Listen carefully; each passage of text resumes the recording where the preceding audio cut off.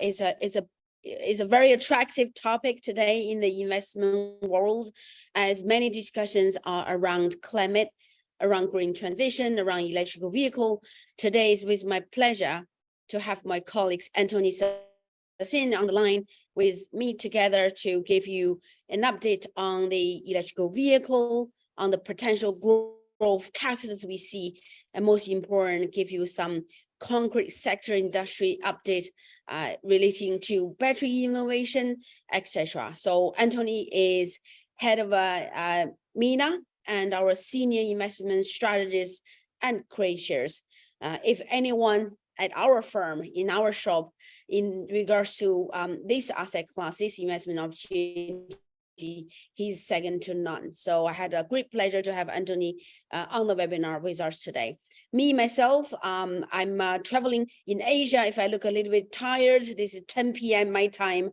I'm in Malaysia, in Kuala Lumpur, and very warm regards to all of you. So without further ado, we want to kick off today's webinar and thank you for joining us. If you're dialing in from the website, you can send in your questions at info@KraneShares.com. That's info@KraneShares.com. Anthony and I will address all the questions you have. If you join us from the link that you accepted through Zoom, please feel free to drop the questions at the bottom button of the app. So without further ado, let's kick it off. A little bit about KraneShares. On the next page, I would have hoped many of you would know the firm, in the past. If not, just a very brief introduction about KraneShares. We are an ETF investment manager that serve clients globally in US, in Europe, and in Asia. We have investors over 30 plus countries. That is our very proud served client base, covers investments or investment asset class from China, very broad and deep, to our second pillar that is related to climate-related investment opportunities. In the climate space, if we go to the next page, that's what we're trying to achieve is certain countries are having a staging 1, which is identify their needs to deal with climate. Certain countries have a staging 2, which is managing their emission altogether to deal how much they can emit by encouraging people to use less, that is more polluted way to our daily life. And staging 3, which are the countries more advanced, now is pricing a credits or pricing for their investments opportunities, or try to cap the emission that the country are producing. So our today's topic is, I say, on the staging 2 transitioning to stage 3, namely the electrical vehicle, the cars, with the ticker called KARS, right in the middle of this page. That is third, exactly the third from the top of the middle column. It's the electrical vehicle and future mobility strategy. If you go to the next page, this ticker is a US 40 Act ETF. The next page is the UCITS ETF. They have the same ticker, they have the same investment management team, same portfolio management, same index, track exactly the same index, underlying index. Only difference between the US fund and the UCITS funds are the inception dates. For the cars available in UCITS, is an Article 8 fund. It's available in euro, dollar, and sterling, all the 3 currencies, and it's listed on London Stock Exchange, and also in Milan, and I believe it's also on AX, a stock exchange. So this is a very broadly registered strategy for a very simple reason. Next page is, we believe today many countries are managing their emissions, how much they can emit. Given an example that China themselves has identified or has already committed to peak their carbon strategies or carbon emissions by 2030 and peak at neutral in 2060.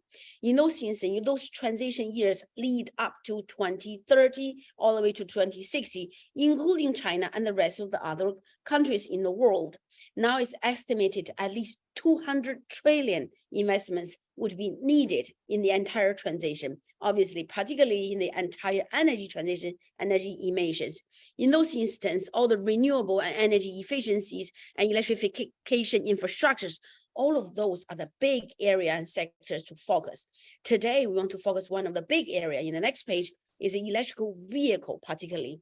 China is the largest country producing the electrical vehicle, sold the most, bought the most, and produced the most, period, at the end.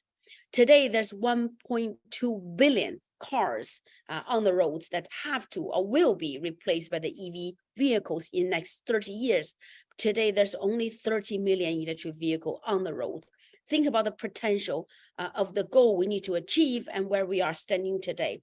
We are designing, or we designed electrical vehicle car or the cars fund to exactly to appreciate or participate for these trends to happen, i.e. people manage the EV, people using the electrical vehicle to replace the old diesel and petrol car to emit less. It is exactly the key reflection of stage 2, manage the emission. Okay, this is used and encouraged in China and also in the rest of the world, in the other countries in developed market as well. If you go to the next page, we particularly list out what is the investment opportunity for the EV cars in the near term, as China says, we will peak on 2030.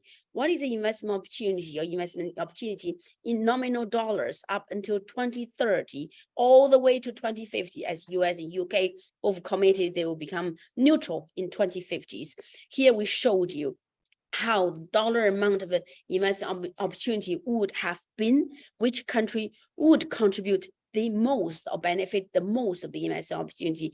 Clearly, China stands out a lot, particularly by the 2030, when they have to achieve the peak goal, means they have to prepare the way to become neutral. And also at the same time, that has accelerated the use, the replacements of the new way to, use on a daily basis, to emit altogether, to service their daily life. So that's 43% of the $8.8 trillion of investments by 2030 would have to come from China. And China as a country, policymaker, senior leadership are all remain very committed to deliver such goals. So we think this kind of investment opportunity estimated here is a very real opportunity and it's very materialized. And we can see in the recent policy announcements announced by China, even at the Politburo meeting or even earlier the year when the NPC happens, is China repeatedly mentioned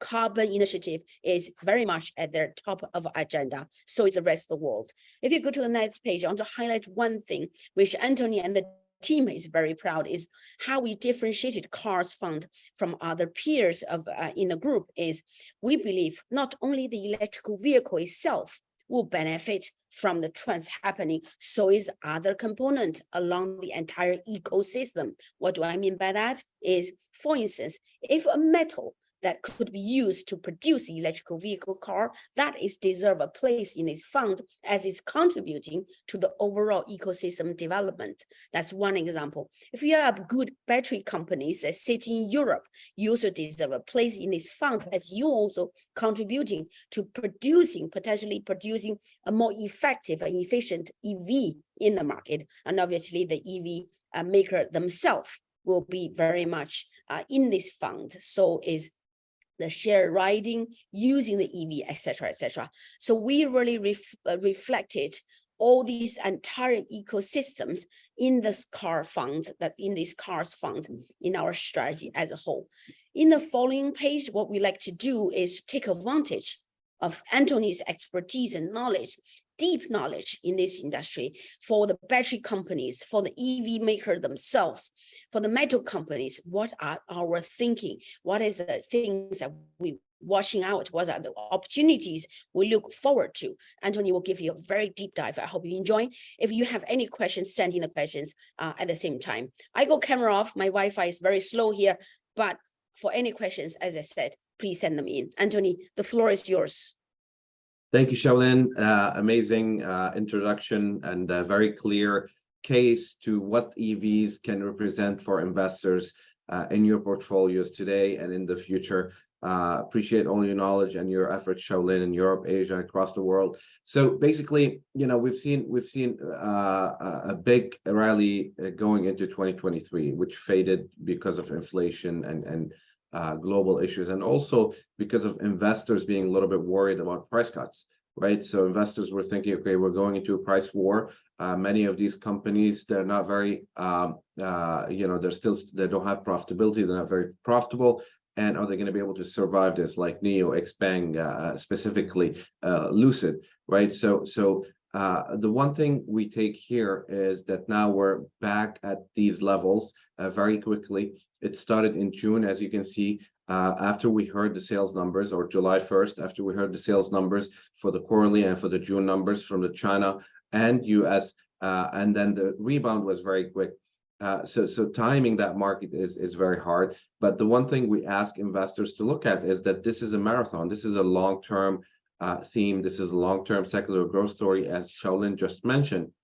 We have to replace 1.2 billion cars with EVs. We're only at 30 million. So we're going to go through some ups and downs, as you can see here, but the comeback is going to be quick. And I think over a long term, you're going to see more confirmation of the strength of that theme, and then having an allocation already to that theme, constant, ongoing, in a risk-adjusted way, will benefit investors in the long term. So basically, we've seen now we're back to these levels where electric vehicles are up 20-25% so far this year. And that's driven by real fundamental factors, right? Whether in the EV industry, from growth perspective, from what the companies are innovating, even competition now is much more concentrated, right? Because over the last 2 years, people were like, okay, these are startups. What if the big guys like Ford, Volkswagen come into this, and they have this expertise?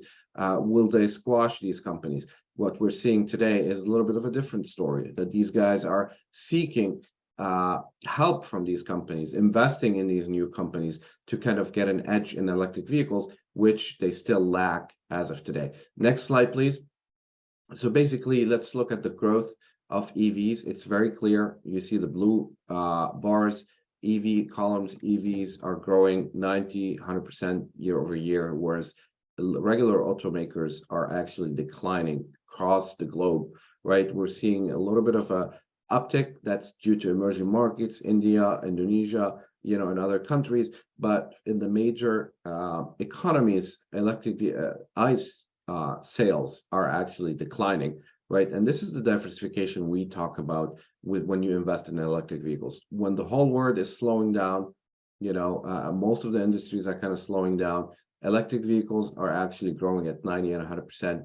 And this year we're expecting 40%. So this, from a fundamental perspective, right, this is a major diversification point here, where some of the businesses that you have may be going through a cyclical slowdown, but EVs are actually just keep humming upwards, and they will keep doing so for many years because of that transition that we just discussed, right? Because of the demand that's going to be coming down the pipeline, because of government policy, government help, because of the adoption, because of innovation, right? So that's going to keep happening and will provide your portfolio some cushion when it comes to fundamental diversification. Next slide, please. So this year, sales inflection point since 2019, where we went from 2 million cars, 1.92 million cars, and today, last year we did 10.5. This year we're talking about 14.1 million, at least. These are projections from BNEF, by the way. BNEF does a great job analyzing electric vehicles. They have a team, more than 20 people focused on that specific transportation sectors. They cover almost every vertical every year. They release major projections in June for the EV outlook industry. We build our fund cars with BNEF. We work with them on selecting the universe. We're very grateful for that relationship, and I think it's very beneficial for us and for investors to keep you informed and make sure you have the best access to that specific theme. So you can see here that their projections by 2025, 2026, we're selling 25 million cars a year, right? From 1.2 million in 2019. That's great growth. Next slide, please. Basically, who's selling most of the cars? If we kind of rank the best-selling EVs or plug-in hybrids globally, Tesla and BYD, of course, no surprise here. They dominate that list across multiple models, EV models.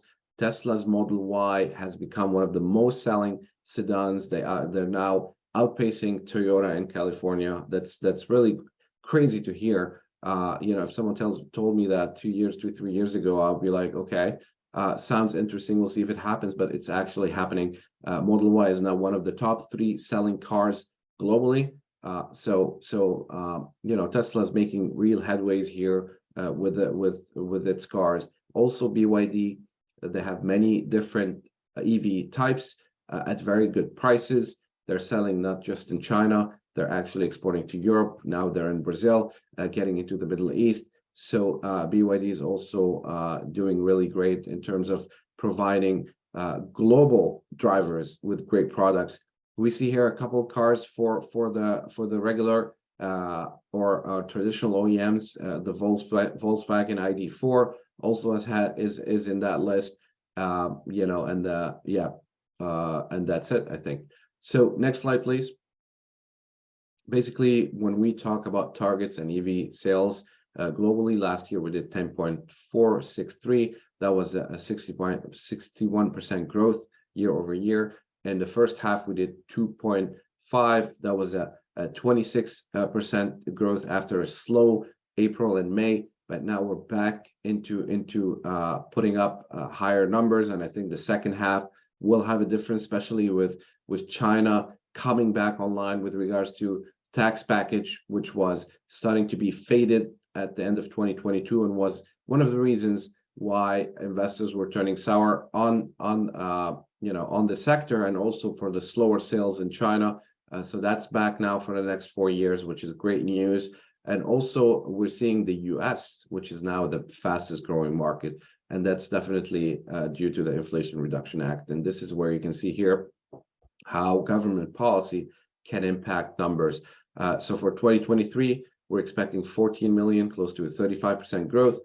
China expected to post 8.1 million cars, and then the US 1.7 million cars for 72% growth. That's very impressive for the US, and I think that's going to accelerate more as we expand the supply chains in the US, as the Inflation Reduction Act kicks in more. There's already great energy around investing in batteries, investing in supply chains, investing in auto manufacturing, that we're seeing it from being announced left and right. We'll talk about this in a second. Next slide, please. So basically, these are the top EV cars. What we wanted to highlight, we actually created that slide last year because investors were worried about profitability, and we wanted to show investors that many of these cars are very well capitalized with regards to cash, and also are very well backed by major companies. Fast forward till 1 year, we see many of these companies getting interest, whether from governments, foreign governments like Saudi Arabia or Abu Dhabi and the Emirates, in the Emirates, or from actual traditional companies like Volkswagen. So basically, over the last few months, we've seen Lucid raise 3 billion from the Saudi government, PIF, and NIO raised 700 something million from the Abu Dhabi government for an investment of 7.7%. Last week, we heard Xpeng raised 700 million from Volkswagen for 5% of the company, and then also Fisker, which is now also raised 340 million from a major investor in convertible bond, which could extend to 680 million in the next few years. It's an option for the investor. And also Fisker now started rolling out their cars, the Ocean car. We're starting to see those sold in Europe and then in California. So great, this is great development for that company, after many years, to be able to start rolling out these cars, which have close to 60,000 pre-orders on them, that seem to be very popular, and also to be able to raise money and be well capitalized to execute on their strategy. They're actually reporting earnings tomorrow, and they have an event tomorrow where they're going to announce more products. So stay tuned for that. That could be an interesting market moving or stock moving event. Next slide, please. So basically, that's on the EV side, on the growth, on the electric vehicle companies. I think from a fundamental perspective, they're solid. From an innovation perspective, they're working. They're in the lead right now, and they're able to sell. They have proven to be resilient even in the worst macro environments, cutting prices. Even Tesla now is doing a 7-year loan, which is very smart, because one of the big problems is down payment.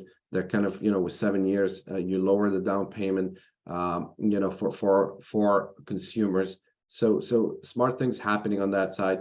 But what we really need to move things forward is lowering cost of the car, and that's going to happen through battery innovation. Batteries are 30 to 40% of the cost of the car. The prices have been coming down greatly, 80% over the last 7-8 years. We've seen the first increase in battery prices in 10 years happen last year because of metal prices, but that's expected to come down. It's starting to kind of come down. So the more this comes down, the cheaper the car is, the closer we are to ICE parity, right? That's what we're looking at.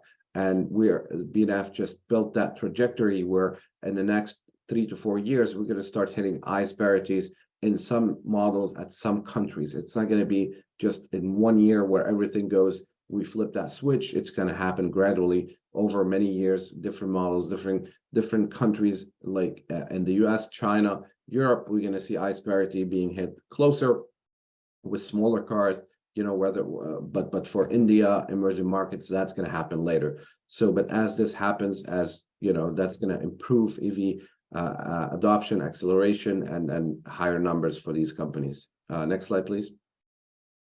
So that's the ICE parity we just discussed, where we're looking to hit below 100 USD per kilowatt hour. Currently, we're at 120.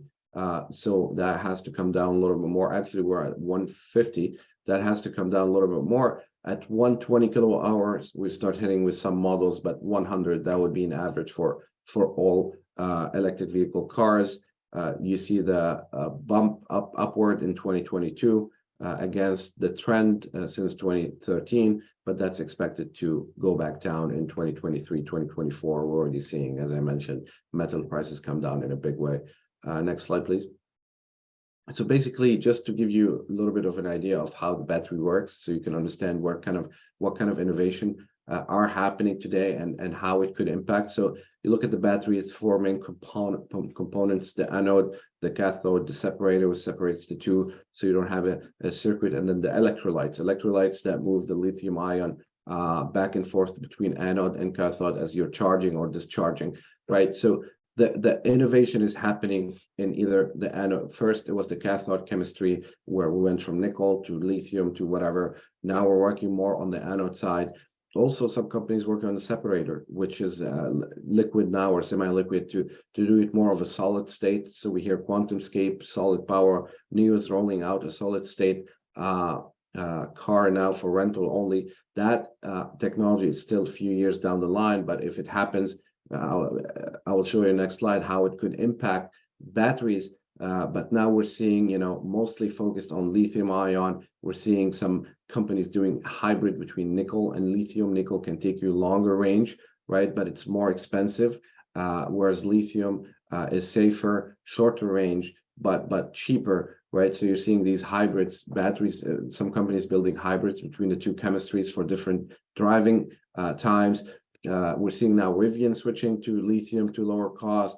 Tesla switched to lithium a few years ago, but that's putting a lot of pressure on lithium, right? So the solution was to, okay, let's look into sodium ion. Maybe sodium ion could be a little bit of a replacement here. Although sodium ion will have less energy density than lithium, but at least it would relieve pressure on lithium. Sodium ion could be a good solution for drivers who are not doing long distance driving, but rather short distances within a city. So there's a lot of work happening in that space, right? And that's where the breakthrough is going to happen, where we're going to get more range, less consumer anxiety, range anxiety, right? And then more adoption. Next slide, please. So basically, this is from QuantumScape, who's one of the leaders in terms of solid state. Also, Solid Power is another company that are working on some solutions. These are kind of down the line, but if they're able to do it, you can see here how they can improve range and charging time and longevity of the battery quite significantly, from what we have today. So that's one to watch for the next few years. But other solutions could come up. NIO is doing swapping stations where you can just go in 3-4 minutes, change your battery and go. But so there's a lot happening in that space. A lot of companies, a lot of great minds, a lot of capital is working on extending the range, on improving battery density, right? The game here is how do we have specific space within a car? How do we pack more energy density in that so the car can go farther and charge faster, and actually the battery can last longer, right? So that's basically what are we looking for in the next few years. Next slide. Another solution also that could be short-term solution fix for range anxiety is to blanket countries with chargers, with connectors, right? The more you have, the more you have confidence in driving long distances, where that you can find a charger very easily and stop on the side for 10 or 15 minutes and get your car get you charged for 100 or 200 miles that can get you home. So we're seeing also progress in that, and we're seeing a lot of focus also from government, especially in the US. There are multiple programs that are giving charging companies with subsidies, like the NEVI program. Inflation Reduction Act also has allocated a budget for charging, and that's happening quicker. We're also seeing a big development in the US where Tesla now is becoming the main charging destination for many different brands like Ford, GM, Rivian. They've done this deal with Tesla, and this actually benefited their stocks quite a bit, because now Rivian drivers can pull up to any Tesla charger and charge, right? Tesla, out of the total fast charging connectors in the US, 40% or 60%, 40% or 50% of that network is Tesla, and the rest is others, right? So that's a great development as well, helping move along the industry, the adoption, lowering range anxiety. Next slide, please. This is here showing how many chargers Tesla own, but also it's kind of showing the ingenuity of these companies, right? Up to 3 months ago, we did not see Tesla as the main charging company in the US. Now they are. A lot of people are talking about this business being valued close to 100 billion. If you marry the synergies of having a solar company, Solar City, which is also owned by Tesla, with having the charging business. So now you're going to see a lot of canopies above some of these chargers, right? They're going to be solar panels. You're going to get that energy from the solar panels and transfer it to the charging station, and be able to bring synergies between the infrastructure that Tesla owns and also their charging capabilities. So that's also created a major business here. So that's how you see innovation within a company, right? Something that you didn't expect, but these guys are working on, and all of a sudden one day it just comes real and adds a lot of value to the company. The 7-year loan that they announced a couple of weeks ago, also that's one of the things that Tesla's working on, as I mentioned, to kind of lower down pay or monthly payments. That's also, in my opinion, innovation. That's solving problems, right? So they can hit their targets, their 50% revenue growth target. Very impressive, in my opinion. Next slide, please. So basically, the government policy is very important, right? With the government policy has been very helpful for this industry. In China, they started early on. That's why they're the biggest market today. In 2013, US caught up in the last 2 years. Europe is somewhere in between. They slowed down over the last 2 years because of what's happening with regards to gas prices and issues with wars in Europe. But they haven't forgotten that industry at all. I think now they're working on some policies that could be helpful, especially that they're seeing more Chinese cars being exported to Europe. They're going to roll out, I think, more help for these companies. So basically, let me give you an example here for the Inflation Reduction Act impact. The second it was announced, you see on the right side, the curve for EV sales forecast shifted upwards quickly at BNF because of that specific policy. We've seen close to 72 billion in investments in that space announced over the past year.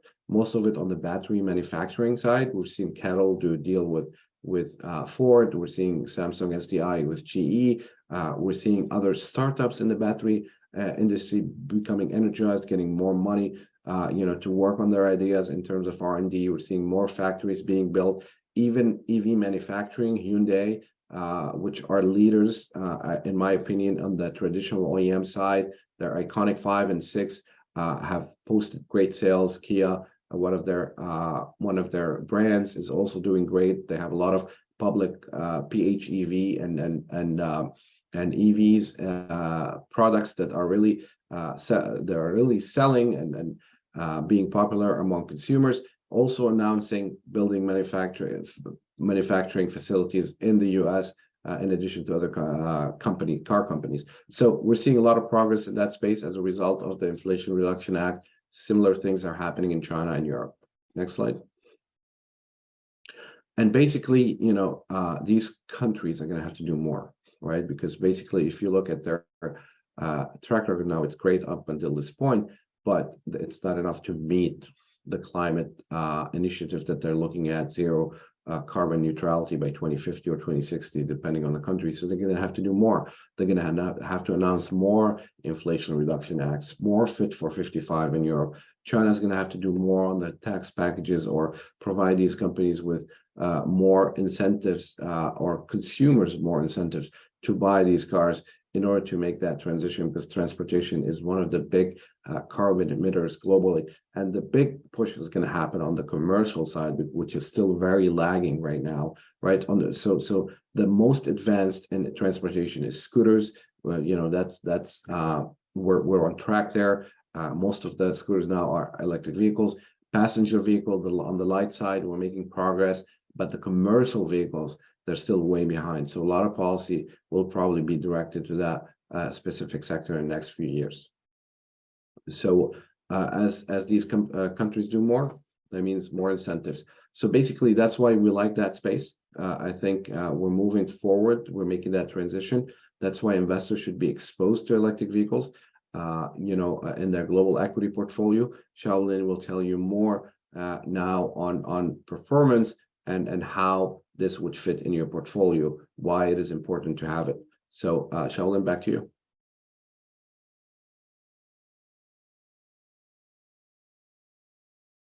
You're on mute.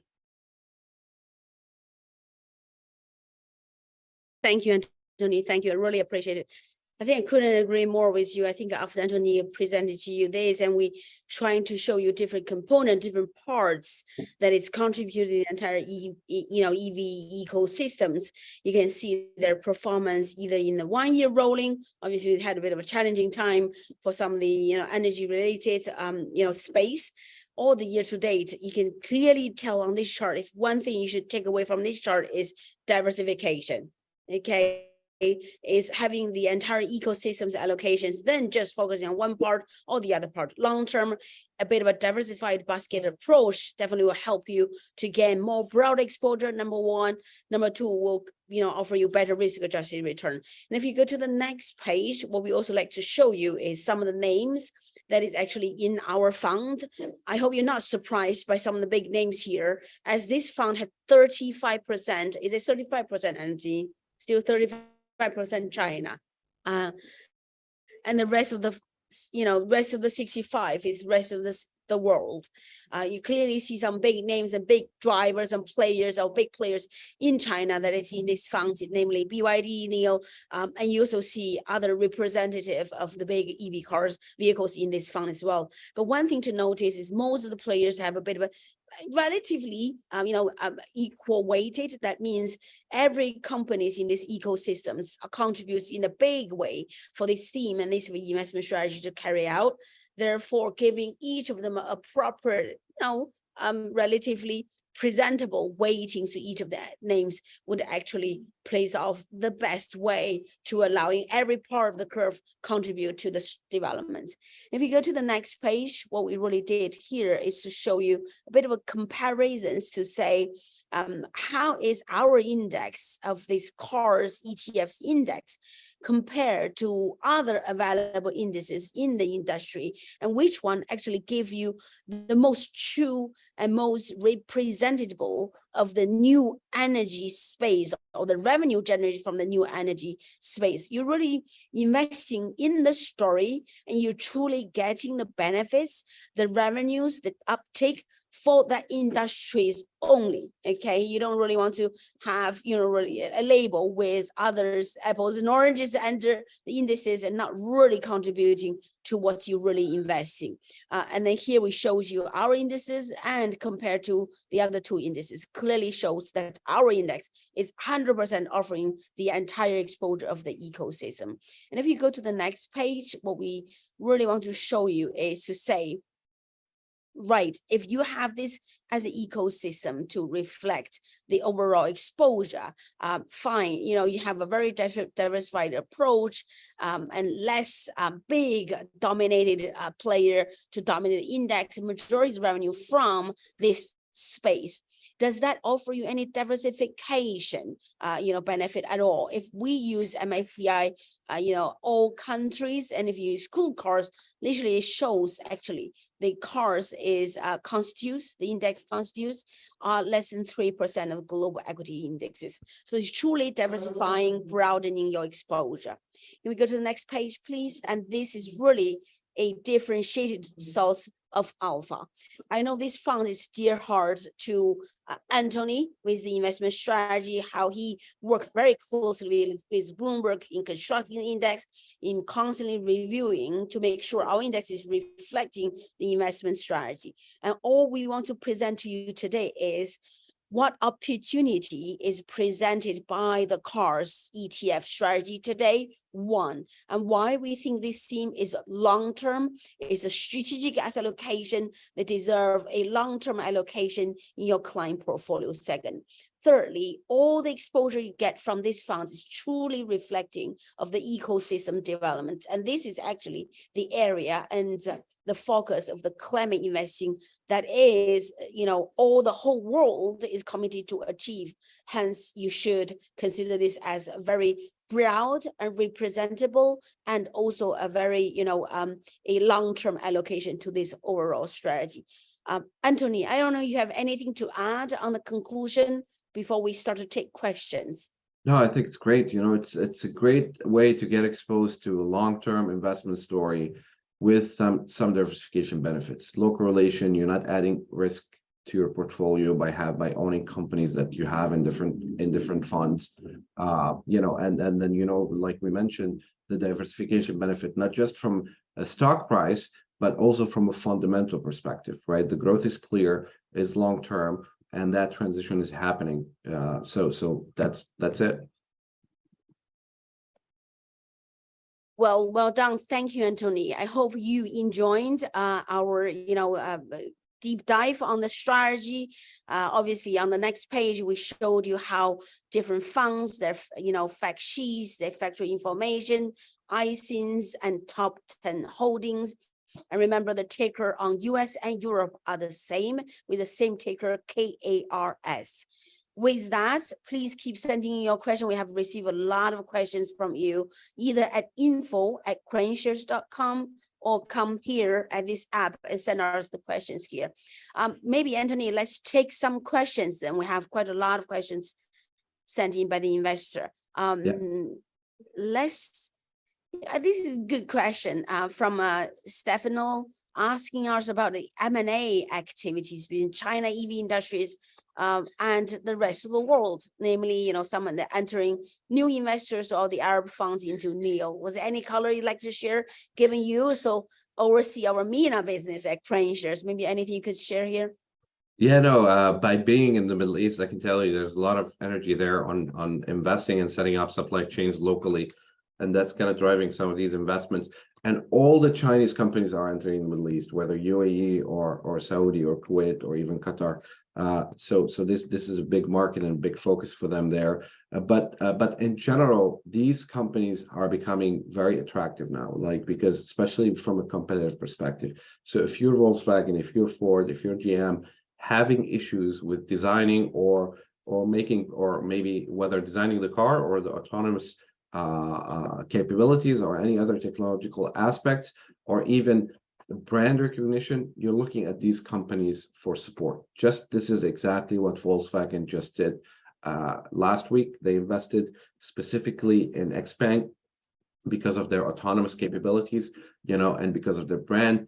We're seeing also interest from Arab states or other countries for bringing these companies locally. And I think that's going to continue, right? So Rivian, I look at Rivian now, and it's, in a great position to add a lot of value, whether to Ford or to any of these big companies that actually sold pickup trucks and SUVs in the US, which is 80% of sales, right? And then Rivian has two products that are very, very highly rated from a technological perspective. Now they have a brand recognition, but also the one thing is that many of these companies already have cash now. So that's the balance here, right? If you have the cash and you're able to go alone, you think you can make more money, you have the wind at your back, you may not want to sell or to do any M&A activity in the short term.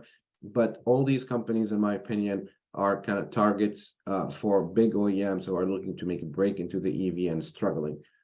So yeah, we expect that to continue.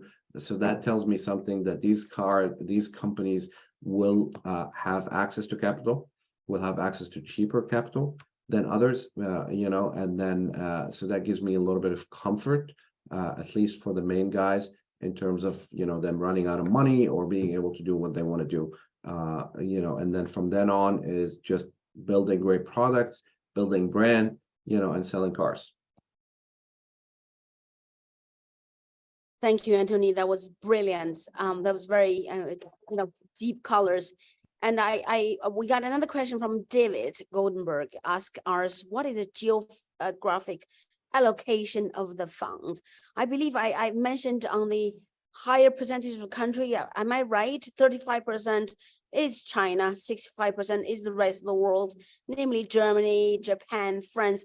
Do you know on top of your head what's the exact allocation of the rest?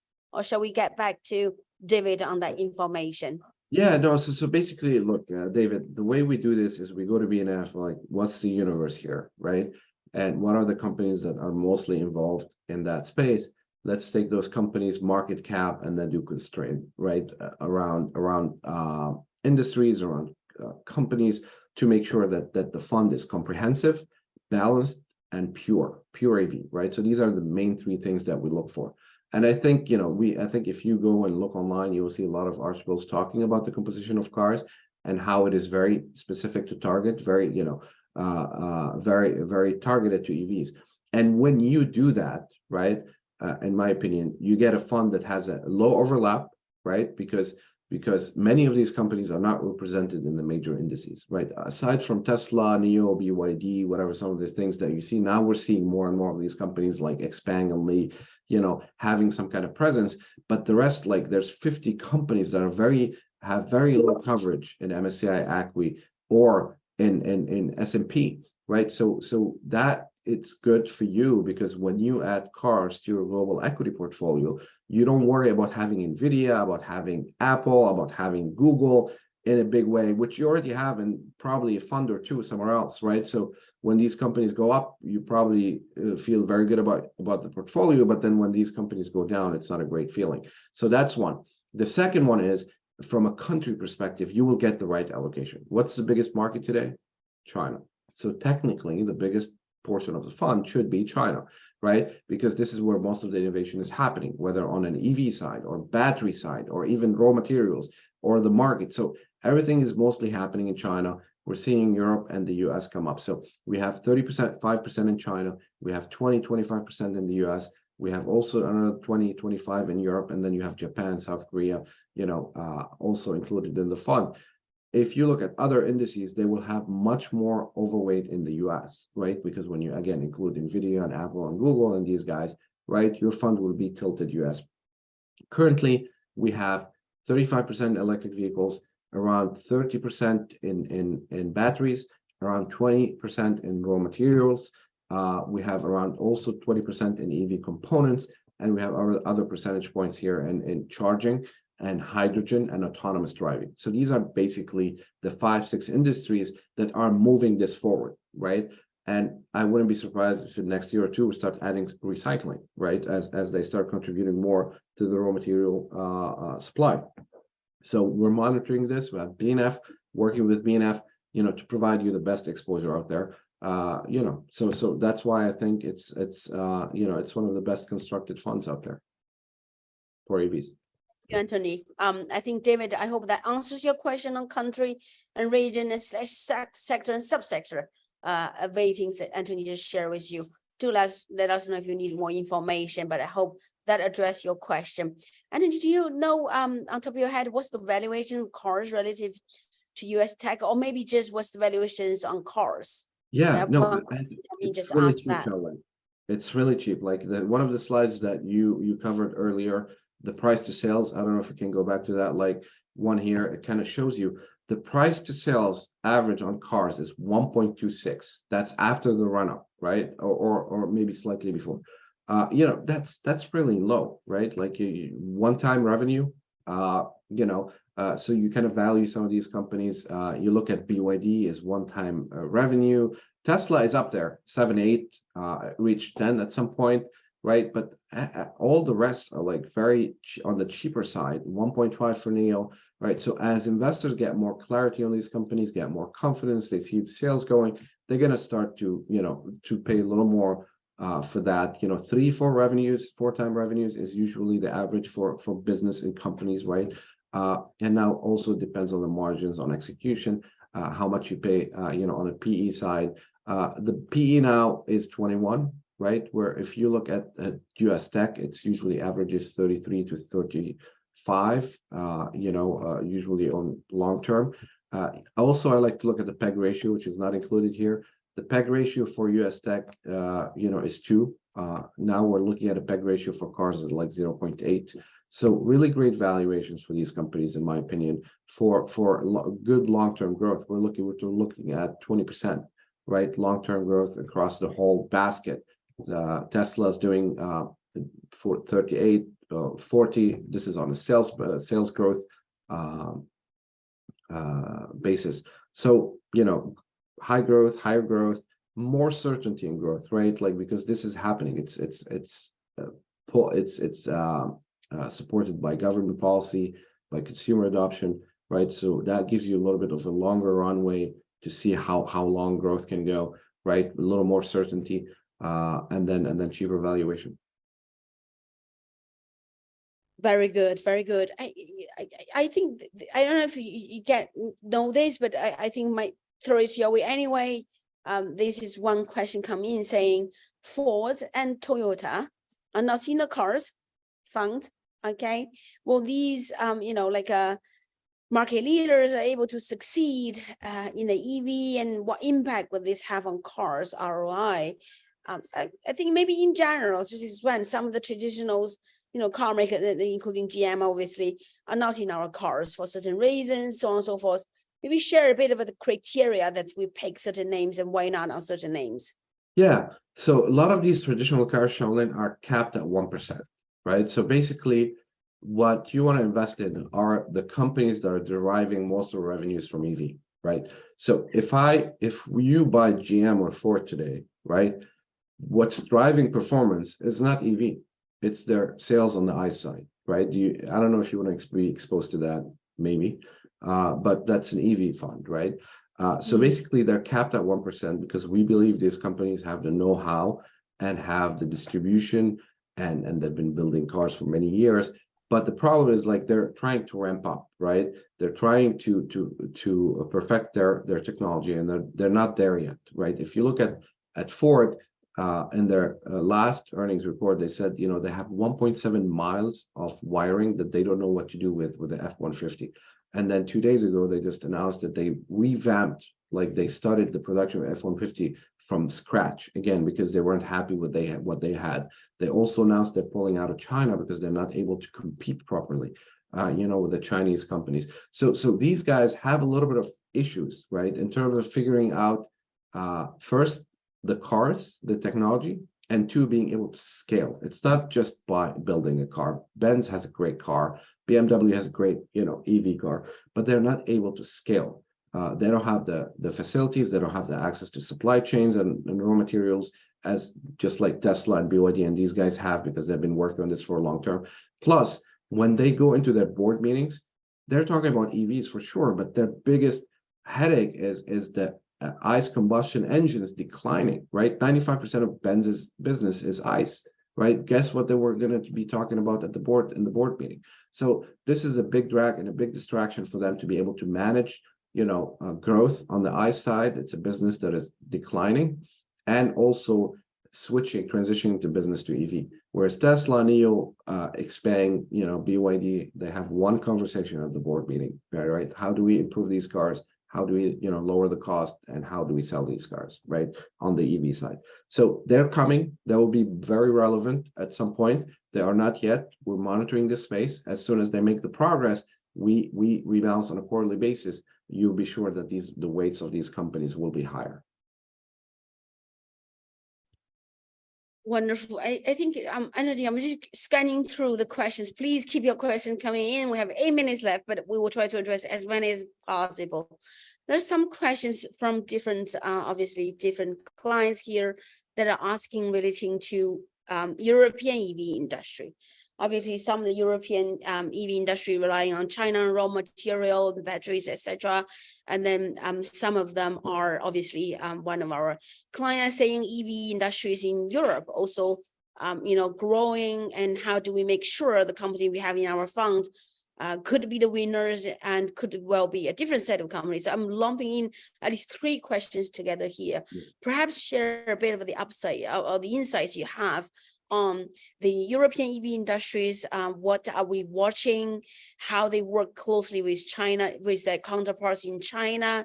And now I think Patrice asking or saying that there's going to be some, requirements or for compliance from January 1st, 2024, that if you buy an EV car, you have a subsidized in Europe 5,000 or 7,000, depending on the buyer's income, obviously. But some criteria may potentially exclude the car made in China. And then will this impact I think the question would be the Chinese car maker in EV entering European market as a whole? Yeah, no, that's great. So look, the globalization in terms of EVs and especially when it relates to China is a little complicated, right? And I think Xiaolin is one of the experts in terms of the political relations between Europe and China, between the US and China, and even US and Europe, and how that impacts business in general, right? So, but basically, when you are doing these subsidies, when you're using people's money to pay for adoption, you want to make sure that this money is going to your local companies, which is very normal, right? That are producing local jobs, have local factories, etc. So it's very normal that you do that, right? And that's what happened in the US with the Inflation Reduction Act, where they said, okay, you get 7,500 if your batteries are assembled, or first, if your car is assembled in the US, you get 35 to 3,750 check.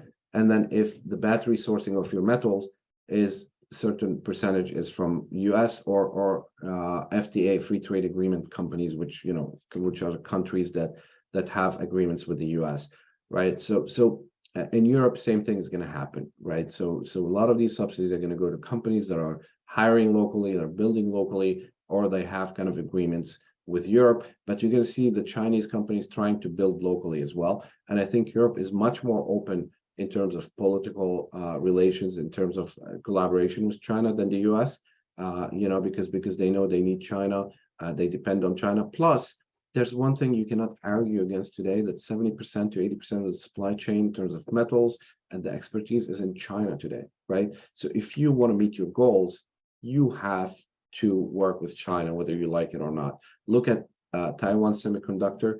They were going to do a foundry in Arizona. They delayed that by a year or two because they cannot find people to work at these foundries.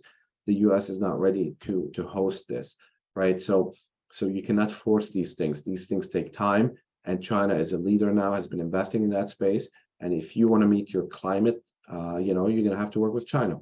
But that doesn't impact the EV industry, because some company, some car is going to be sold, someone's going to be making that profit. You're investing in the whole pie, right? And as you invest in the whole pie, you get exposure to all this. That's why when you invest on a company by company basis, you expose yourself to these type of risks, right? So basically invest in the whole pie to kind of avoid this. The whole pie is growing.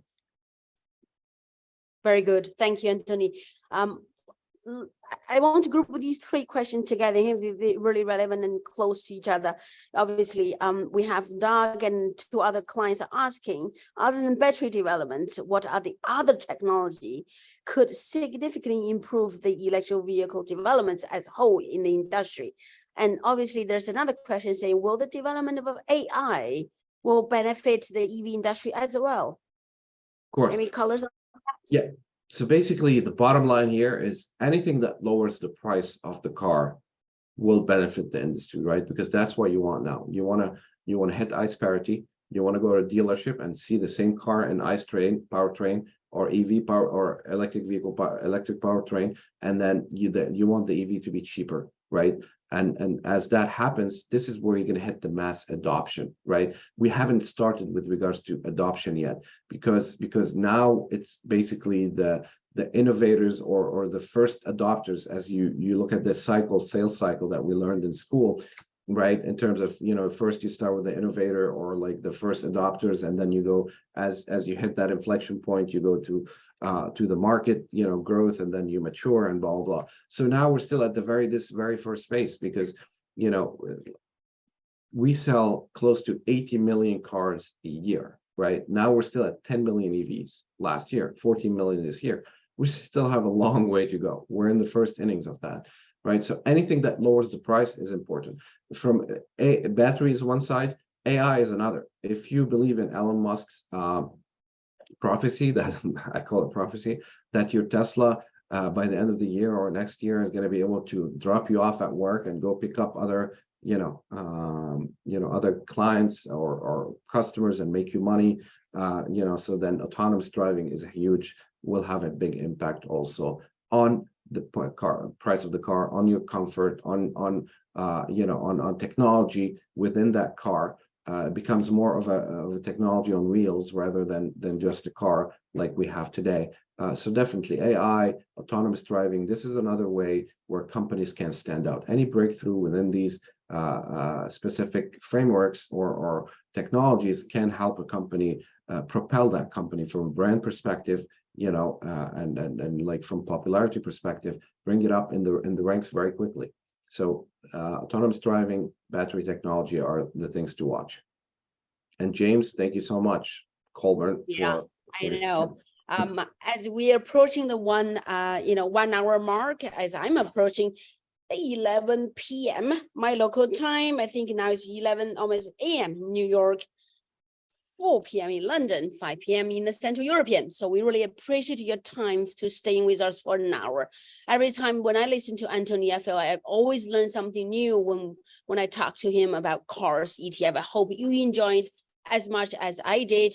If you still have any questions that are unaddressed, please send us the email at info@KraneShares.com. And lastly, but not least, I really appreciate this last message from James that's saying, nice job, just bought some shares to cars ETF. That made my evening really absolutely so pleasant to tell you at 11 p.m. So thank you, James. Thank you, Anthony. Any last word before we close, Anthony? Thank you, Xiaolin. Appreciate it. Thank you, everyone, for joining us today. Good day.